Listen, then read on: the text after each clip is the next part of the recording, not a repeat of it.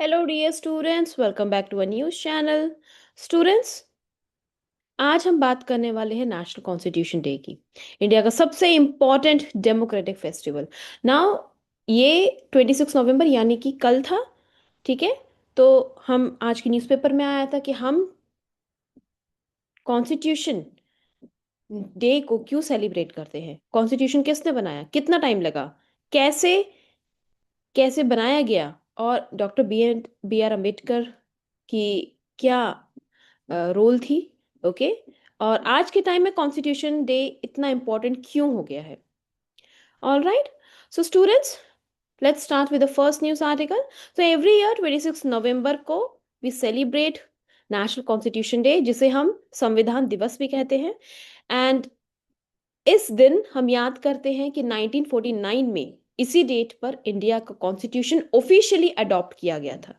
Same day, same document that tell us what our human rights are, fundamental duties, what is the structure of government, how elections are conducted, how courts protect us. Okay, तो constitution क्या है? Constitution is basically the fundamental law of the land. Okay, it contains everything. And in 2015, government decided that every year on 26 November we will celebrate it as Constitution Day, ताकि students, citizens, सब लोग constitution की importance को समझ सके। तो अब हम समझते हैं कि इसके पीछे स्टोरी क्या रही है। So the year was 1946 and British, we just got the independence, okay, from British rule. Then an important question was there in front of our leaders. सबसे बड़ा सवाल, इंडिया का फ्यूचर कैसे होगा। तब एक मीटिंग बुलाई गई, कॉन्स्टिट्यूएंट असेंबली, एंड इस असेंबली को एक टास्क दिया गया that we need to make constitution for this newly independent country. So regarding drafting, students, it took, yes, it took 2 years, 11 months and 18 days. तो ड्राफ्टिंग शुरू हुई थी 9 दिसंबर को 1946 से, और खत्म कब हुई? 26 नवंबर 1949. तो लगभग 3 साल तक चला ये. 299 मेंबर्स थे, 11 कमिटीज थी, और हजारों आइडियाज पर डिस्कशन हुए, हर आर्टिकल पर डिबेट, हर क्लॉज पर argument, sometimes friendly, sometimes heated. इन सब में हीरो जो थे स्टूडेंट्स, कौन थे? Doctor B R Ambedkar. Doctor B R Ambedkar. So 29 अगस्त 1947 को एक स्पेशल कमेटी बनाई गई, ड्राफ्टिंग कमेटी, जिसके चेयरपर्सन बने डॉक्टर बी आर अम्बेडकर. उन्होंने कॉन्स्टिट्यूशन का एक्चुअल टेक्स्ट ड्राफ्ट किया, line by line, article by article. Students, उनके स्पीचेस आज भी इतने ज्यादा इंस्पायरिंग है, इतने ज्यादा इंस्पायरिंग डॉक्यूमेंट है कि हम हमेशा ये बोलते हैं कि जो स्टूडेंट्स है, कॉन्स्टिट्यूएंट असेंबली में जो डिबेट हुई थी, everyone should read those debates. So Dr. B.R. Ambedkar said that constitution is not a mere lawyer's document, it's a vehicle of life. So for students this line is quite important, because constitutions is not just a rule book, बल्कि हम सबकी life को ये shape करता है. Okay, तो 4 नवंबर 1948 ये वो दिन था जब अम्बेडकर कमेटी ने फाइनल ड्राफ्ट कॉन्स्टिट्यूएंट असेंबली के सामने रखा, और इसके बाद 1 साल तक 165 डेज डिस्कशन के हुए. 2000, more than 2000 plus amendments propose हुए, हर टॉपिक पे डिस्कशन हुआ. Rights, minority, federalism, citizenship, judiciary, elections. So finally on 26 November 1949 assembly voted and we adopted this constitution. आप प्रियम्बल पढ़ोगे ना स्टूडेंट्स, प्रियम्बल, प्रियम्बल के ऊपर मेंटोरशिप क्लासेस भी हुई है, तो आपकी जो बुक है, आप बुक का फ्रंट पेज देखना, आपकी जो टेक्स्ट बुक्स है उसमें प्रियम्बल लिखा होता है।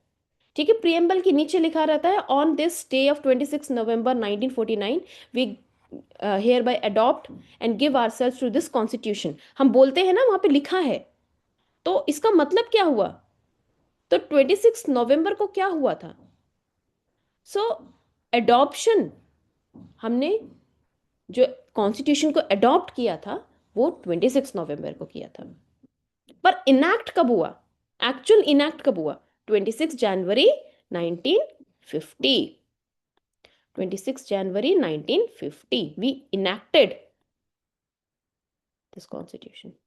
तो ये डेट इसीलिए चूज की कि क्यों 26 जनवरी क्यों चूज किया गया? आपको हमने पहले भी बताया था, 26 जनवरी इसलिए चूज किया गया क्योंकि 1930 को, यस, 1930 में क्या हुआ था? लाहौर सेशन, लाहौर सेशन कांग्रेस ने पूर्ण स्वराज इसी डेट को अनाउंस किया था। सो आज हम इसे रिपब्लिक डे के रूप में सेलिब्रेट करते हैं, right? So what does our constitution says?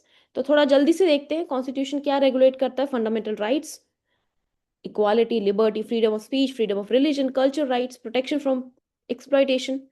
Fundamental, it covers fundamental duties, जैसे कॉन्स्टिट्यूशन का रिस्पेक्ट, एनवायरमेंट को प्रोटेक्ट करना, इंडिया की यूनिटी बनाए रखना। Structure of government, what should be the structure of government?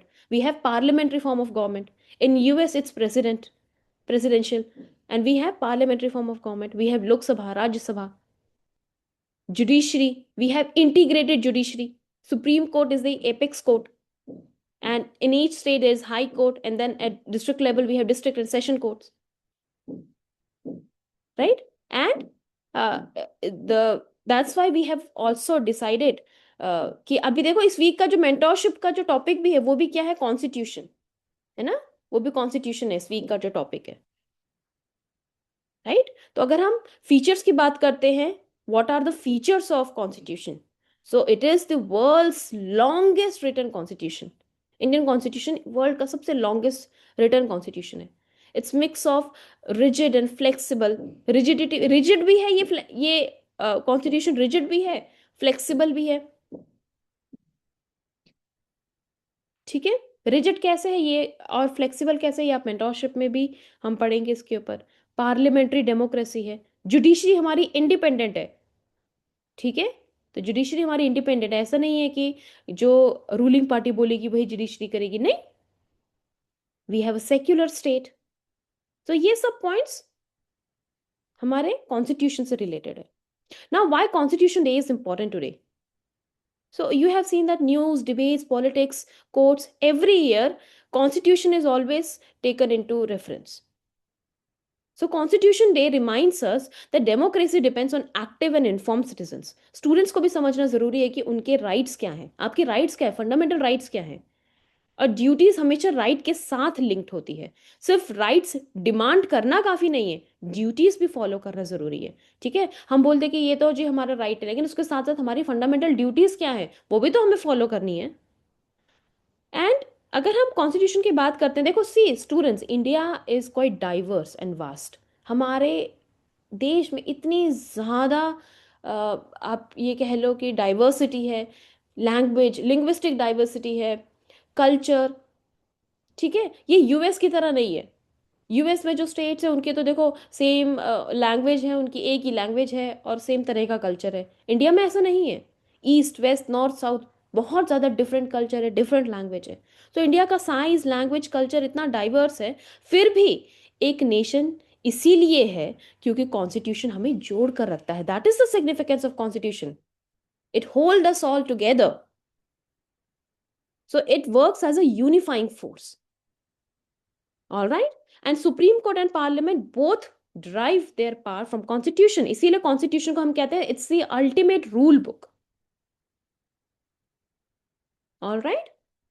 Now students, let's cover the news article that is all about Constitution Day, जिसको 26 नवंबर को सेलिब्रेट किया जाता है। ठीक है, अब हम बात करते हैं एक और न्यूज़ आर्टिकल की। ये कहाँ की बात हो रही है? अरावली हिल्स की। ओके, सो अरावली हिल्स के 90% हिस्से को अरावली नहीं माना जाएगा न्यू डेफिनेशन के बाद। तो सुप्रीम कोर्ट ने एनवायरमेंट मिनिस्ट्री की एक डेफिनेशन एक्सेप्ट नहीं की, सिर्फ वही लैंड फॉर्म अरावली माना जाएगा जिसकी हाइट 100 मीटर्स से ज्यादा हो, जिसकी हाइट 100 मीटर से ज्यादा हो। ठीक है, जिस लैंड फॉर्म की, जो लैंड फॉर्म है जिसकी हाइट 100 मीटर से ज्यादा हो, उसको ही अरावली माना जाएगा। So forest survey of India के एक सर्वे के हिसाब से अरावली हिल्स के टोटल 12,081 लैंड फॉर्म्स में से सिर्फ 8.7% जो लैंडफॉर्म है, ठीक है, 8.7% जो लैंडफॉर्म है वो 100 मीटर से भी कम से ज्यादा हाइट वाले हैं। मतलब 90% अरावली एरिया अब लीगल प्रोटेक्शन लूज करेगा। Now why does this matter? Because Aravalli is India's oldest mountain range, oldest, ठीक है, बहुत पुरानी है। और दिल्ली एनसीआर के लिए एक नेचुरल एयर प्यूरिफायर, आपको पता है कि दिल्ली की एयर क्वालिटी कैसी है, तो उसमें अरावली जो हिल्स है वो अपने आप में बहुत ज़्यादा सिग्निफिकेंट है, क्योंकि दिल्ली के जो एयर पॉल्यूशन है उसकी वजह से जो अरावली है एक तरीके से कहीं ना कहीं प्यूरिफायर की तरह काम करता है। तो ये कैसे काम करता है? राजस्थान के जो डेजर्ट से आने वाली डस्ट है उसको रोकता है। It filters the air, it recharges the groundwater, and it also preserve the wildlife. So अगर हिल्स माइनिंग के लिए ओपन हो गई तो उससे क्या होगा? There will be more dust storms, more air pollution, more construction, less green cover. So earlier hills were identified using 3 degree 3 degree slope, 3 degree slope, okay. और और एक और है, जैसे 3 डिग्री स्लोप भी है 2010 में, फिर उसको मॉडिफाई किया गया 4.57 डिग्रीज।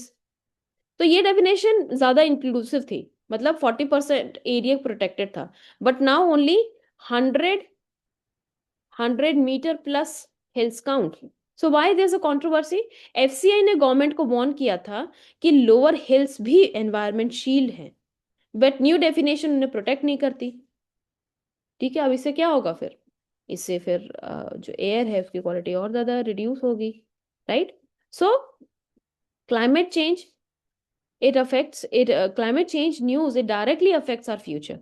और एनसीआर की air quality world's worst list में आती है। तो अरावली प्रोटेक्शन का मतलब क्या है कि क्लीन एयर होगा दिल्ली, हरियाणा, राजस्थान के लिए।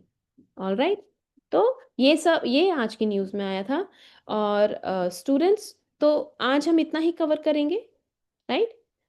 Or if you like this podcast, share it with your friends and family. And we'll see you in the next episode. Bye bye.